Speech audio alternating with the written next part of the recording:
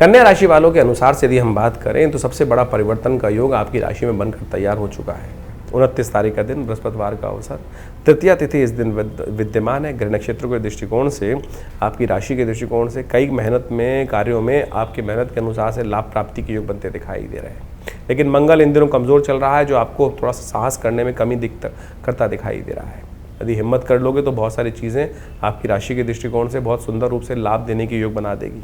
इस दिन विशेष तौर पर पार्वती जी का पूजन करें, हो सके तो भगवती का विशेष तौर पर स्तवन कर उनके निमित्त कुछ पूजन करने का प्रयास करें। रंभा जी का भी पूजन, रंभा व्रत करने का शास्त्र में इस दिन विधान मिलता है। इस दिन महाकाली, महालक्ष्मी, महासरस्वती तीनों के स्वरूपों का पूजन करना शास्त्र में वर्णित किया गया है।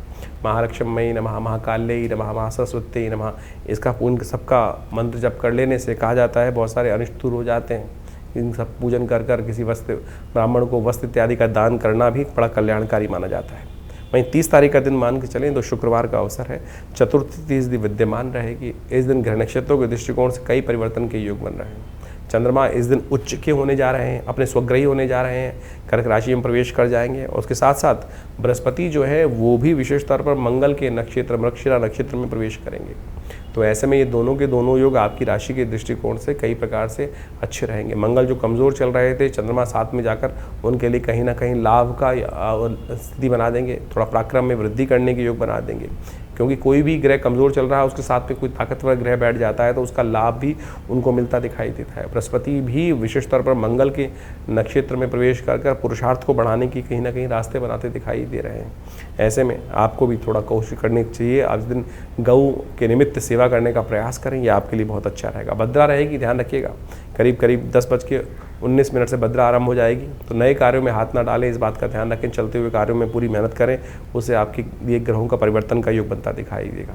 31 तारीख शनिवार का अवसर, पंचमी तिथि इस दिन विद्यमान है और इस दिन शुक्र ग्रह भी राशि परिवर्तन करने जा रहा है। पिछले 5 महीनों से शुक्र लगातार एक ही राशि में थे, उच्च के तो थे, लेकिन वह परिवर्तन की तरफ जा रहे हैं और ये परिवर्तन आपके लिए कई प्रकार से अच्छे योग बना सकता है। लेकिन भाइयों को थोड़ा ध्यान रखने की ज़रूरत पड़ेगी। ऐसे में ग्रह नक्षत्रों के दृष्टिकोण से आप विशेष तौर पर बड़े लोगों की सेवा करने का प्रयास करें, बड़े लोगों का आशीर्वाद लेकर काम करने का प्रयास करें, वो आपके लिए कहीं ना कहीं शुभ योग बनाता दिखाई देगा।